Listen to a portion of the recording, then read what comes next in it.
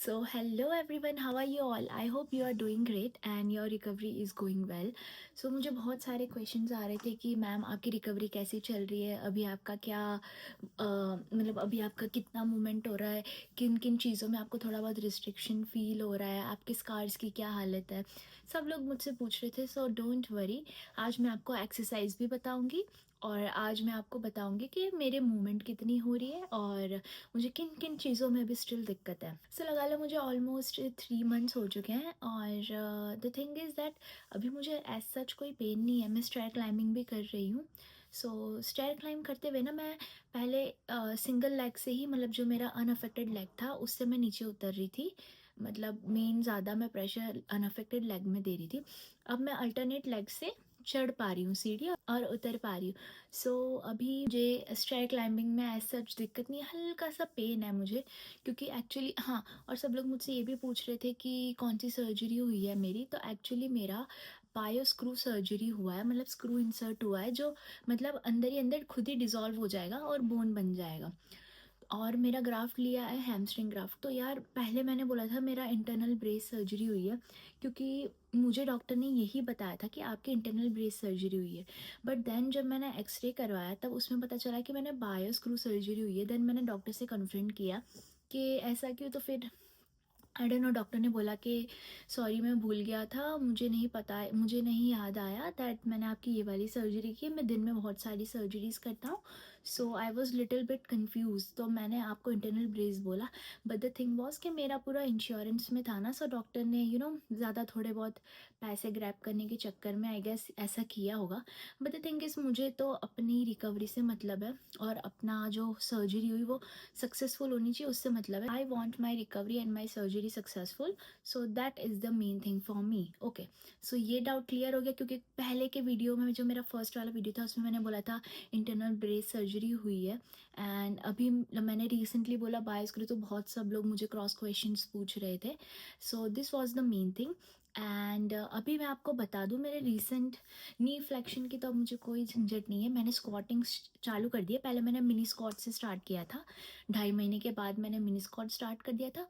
अब मैं पूरा बहुत ज़्यादा डीप भी नहीं, बट अब मैं स्क्वाटिंग करने लग गई हूँ। जो बेसिक स्क्वाटिंग पोस्चर होता है वो मैं कर रही हूँ।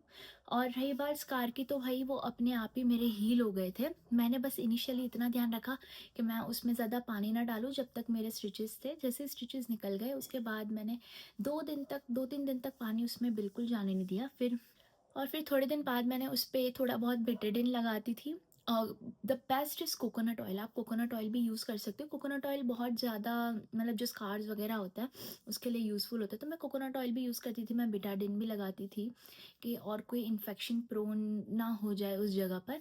सो मैं ये सारे सेफ्टी मेजर्स लेती थी। रही बात, अभी मुझे एज सच तो कोई दिक्कत नहीं है, मैं डांस भी कर पा रही हूँ। मतलब मैं बहुत ज़्यादा हाई इंटेंसिटी वर्कआउट तो नहीं कर रही हूँ, बट हल्का टिल बिट जस्ट एज मैं लंजेस कर रही हूँ, मैं स्क्वाट्स कर रही हूँ, मैं अल्टरनेट स्टेयर क्लाइंब कर रही हूँ। मतलब एक स्टेपर लेके उस पर ऊपर चढ़ के और नीचे उतरना बार बार वो कर रही हूँ। और मतलब बेसिक चीज़ है कि 2.5 महीने के बाद आपको अपनी स्ट्रेंथनिंग पे फोकस करना चाहिए। रेसिस्टेड एक्सरसाइज कर रही हूँ। देखो, अगर आप पूछना चाहो कि आप मुझे आपका स्कार देखना है, तो देखो ये है, इधर मेरा हुआ था सर्जरी और अभी लाइक आई डोंट नो दिख रहा है या नहीं, बहुत ना के बराबर स्कार है इधर।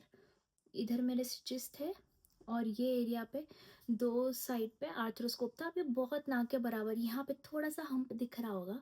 बस ये है मेरे स्टिचेस के स्कार, वो भी अब निकल जाएंगे धीरे धीरे। तो अब इतना ज़्यादा पता तो नहीं लग रहा है। रही बात विंटर्स की, तो भाई विंटर में तो अभी थोड़ा बहुत सुबह उठती हूँ ना, जैसे मैं, तो मुझे थोड़ा बहुत स्टिफनेस फील होता है। और जैसे मैं करवट लेके सोती हूँ, अगर ये लेग पे सो गई अफेक्टेड लेग पे, तो सुबह उठ के उस जगह पे हल्का सा दर्द होता है। But the thing is that winters में थोड़ा बहुत होता ही है, जॉइंट्स थोड़े स्टिफ हो जाते हैं। मेक श्योर करो कि आप क्रेप बैंडेज बांध रहे हो, मतलब सोते वक्त ना, तो बेटर रहेगा। बहुत ज़्यादा टाइट भी मत बांधो, बस हल्का सा बांधो। और लोग बोल रहे हैं मैम हमारी स्वेलिंग नहीं जा रही है, हम क्या करें। 1.5 महीने तक स्वेलिंग रहती है हल्की फुल्की। जैसे आप मूवमेंट स्टार्ट करते हो ना, अपना चलना फिरना स्टार्ट करते हो, अपनी एक्टिविटीज स्टार्ट करते हो, तो वो लेग पे स्ट्रेस आता है और वो स्वेलिंग और थोड़ी सी बड़ी भी लगेगी। तो घबराने की बिल्कुल बात नहीं है, आप आइसिंग कर सकते हो आराम से। एक्सरसाइज करने से पहले आइसिंग करो, एक्सरसाइज करने के बाद आइसिंग करो, और अपना क्रैब बैंडेज बांध के रखो। मेरे डॉक्टर ने मुझे ये सजेस्ट किया था कि अगर आपको स्वेलिंग से बचना है तो इनिशियली तो आप अपने लेग्स एलिवेटेड रखो पिलो पे, और क्रैब बैंडेज बांध के रखो ताकि स्वेलिंग ज़्यादा हो ना, और आइसिंग करो अपना। बस यही सब बेसिक चीज़ें। और अभी मेरे को ऑलमोस्ट हो चुके हैं 3 महीना, और मुझे तो ऐसा कोई दिक्कत नहीं है स्वेलिंग वेलिंग की, एकदम नॉर्मल है। हाँ, थोड़ी बहुत अभी घुटने से वैसे कट कट वैसे आवाज़ आती थी जब रेंज खुलती थी, पर अब तो वैसा कुछ नहीं है। बस हल्का थोड़ा बहुत पेन है। ऐसा नहीं बोलूँगी कि हाँ भाई एकदम मैं फिट हो चुकी है। पहले मुझे वॉकिंग पैटर्न में थोड़ा बहुत लिम्पिंग था, बट मैंने स्ट्रेंथनिंग एक्सरसाइज की अपनी कॉर्ड्स की, तो उससे मुझे काफ़ी रिलीफ मिला है। अब लिम्पिंग तो नहीं है, बस अभी थोड़ा सा हल्का सा अगर ज़्यादा स्ट्रेस आ जाए तो मुझे पेन आता है, बस वही है। और मेरा पटेला के आगे की साइड पे, पटेला मीन्स जो नी कैप होता है ना, उसके आगे की साइड पे स्क्रू लगा था, सो वो मैंने देखा था। अभी देखो मेरा नी फ्लेक्शन वगैरह तो एकदम बढ़िया है। मेरे को ऐसा एज सच कोई मूवमेंट नहीं, मतलब एज सच कोई मूवमेंट में इशू नहीं है। देखो यार, डर लगता है, आई नो, पहले इनिशियली मैं भी बहुत डर रही थी, और बहुत ज़्यादा डिप्रेसिंग फेज़ होता है वो, जब आप इनिशियली मतलब स्टार्टिंग में आपका जो 1 महीना होता है ना, वो तो नाइटमेयर की तरह निकलता है। और स्टार्टिंग के जब 15 दिन होते हैं ना, जब तक स्टिचेस नहीं निकलते, तब तक तो हिलना डुलना मतलब ऐसा हो जाता है कि क्या बताएं। बट आज मैं एकदम बढ़िया से घूम फिर रही हूँ। So the thing is that धीरे धीरे धीरे धीरे स्मॉल स्टेप्स ले लेके ही आपकी रिकवरी आएगी। So don't worry, you will be fine, and I will show you some exercises जो मैं अभी रिसेंटली कर रही हूँ। और जैसे 3 मंथ्स मुझे हो चुके हैं, और अब मैं कौन कौन सी एक्सरसाइज कर रही हूँ मैं आपको बताती हूँ। पहली एक्सरसाइज है हैमस्ट्रिंग कर्ल्स, बट अब आपका हैमस्ट्रिंग कर्ल्स अच्छे से हो चुका होगा, मतलब अब आप इंडिपेंडेंटली कर रहे होंगे, तो अब आपको इसमें वेट ऐड करना है। पहले आप 1 kg से स्टार्ट करिए, 1 kg नहीं हो रहा था ½ kg के सैंड बैग से स्टार्ट करिए, और फिर बाद में आप धीरे धीरे वेट बढ़ा सकते हैं। दूसरी एक्सरसाइज में आप इधर पानी की बॉटल्स भी रख सकते हैं, और ऐसे करके आपको ऑब्स्टिकल्स डाल के चलना है। थर्ड एक्सरसाइज, आप स्क्वाट्स करने से पहले ये ट्राई कर सकते हैं सिट टू स्टैंड पोजीशन में, और उसके बाद आप स्क्वाट्स ट्राई कर सकते हैं।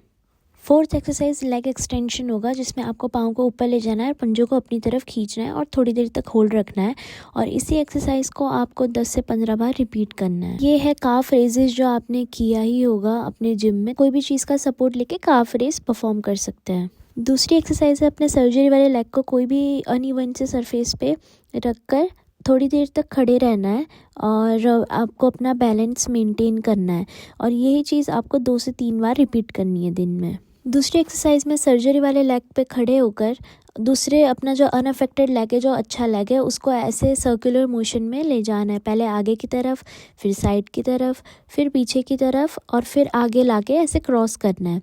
यही आपको 5 से 10 बार रिपीट करना है। अब आप ट्रेडमिल के ऊपर भी चलना स्टार्ट कर सकते हैं। अगर ट्रेडमिल नहीं है तो घर के आसपास फास्ट वॉक करना स्टार्ट कर सकते हैं। आप ऐसे ऑब्स्टिकल्स को, ऐसे ये स्टेपर है वो यूज़ करके भी आप ऊपर नीचे ऐसे करके कर सकते हैं, जिससे आपका बैलेंस और आपका जो वॉकिंग पैटर्न है वो सुधर सकता है। You can also start lunges from now, and these were the main exercises I am doing. If you like the video, please do like, share and subscribe my channel. Thank you for watching.